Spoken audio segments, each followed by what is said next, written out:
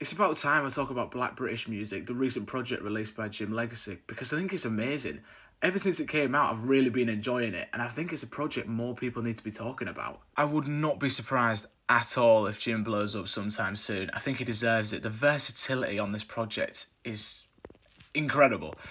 At its core, it's a hip hop album, but there's still elements of indie, alternative, folk, afro pop. It's all going on, but it still feels so unapologetically him, and that's what I love about it. It's a short 35 minutes in length. There is no fat on this album. It's all killer, no filler. There is so much to take from this album. I love the sampling. I think the production's really unique to him. I think it's a breath of fresh air for the underground scene, while still giving quite a few throwbacks. It feels nostalgic whilst also something new, which is always something I really enjoy when I get that feeling from an album.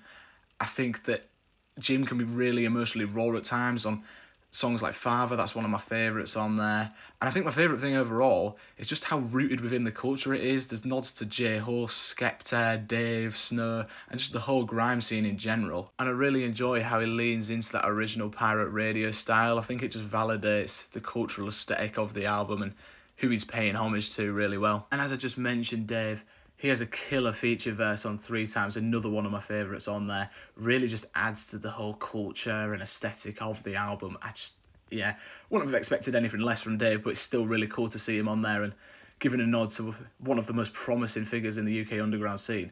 If I had to do a top three songs on the project so far, that's really tough because I don't think there's any misses at all, but I'm probably going to say, in no particular order, New David Bowie. The sample work on that is insane. Three Times, as I said, love the Dave feature. I think they really complement each other on that track.